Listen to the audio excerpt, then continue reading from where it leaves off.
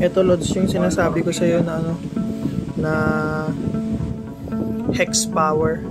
Ano yun? Hex PoE. Ito naman, ang gamit ko is Powerbox Pro. So, wala siyang tulad ng hex, wala hex PoE, wala siyang wifi. Ang difference lang nila ni hex PoE is that ito, waterproof siya. Pwedeng ilagay sa labas. Ayan. So, kung makikita mo, malaki din yung ano nito, yung adapter nito. So, 24 volts, 6 amps ata ito. Ay hindi, 24 volts, 2.5 amps. And makikita mo, ayan, ito yung ano niya. Ito yung PoE niya, sarili niyang PoE ito, port 1. Then itong port 2 bakante ko. Then port 3, ayan, papunta siya sa light beam M5 na walang PoE, pero kita mo naka-on yung light beam.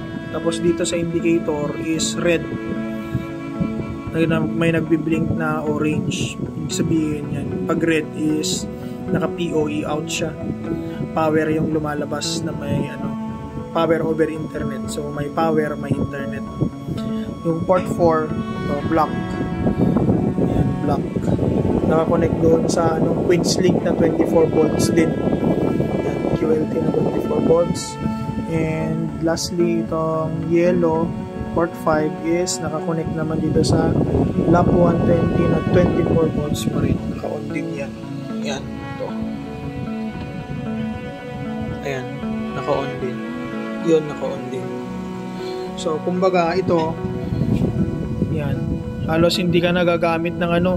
Ang gandang EDC nito direct sa ano. Yan o. DC direct from solar.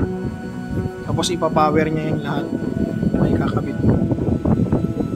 Yan ang advantage ng ano, Microtech. And loads, update.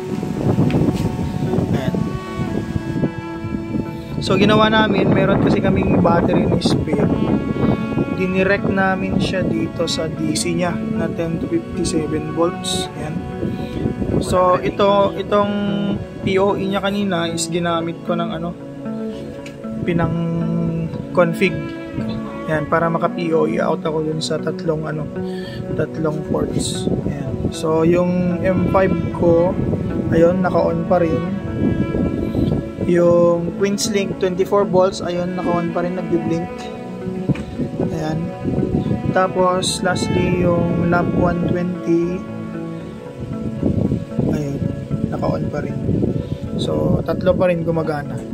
Gamit yung 12 volts 100 Ah na battery. So ito, pwede na talaga tong direct na from solar na hindi ka dadaan sa AC. Ayan o. Kapag 24 volt yung mga ano mo, yung mga gagamitin mong access points.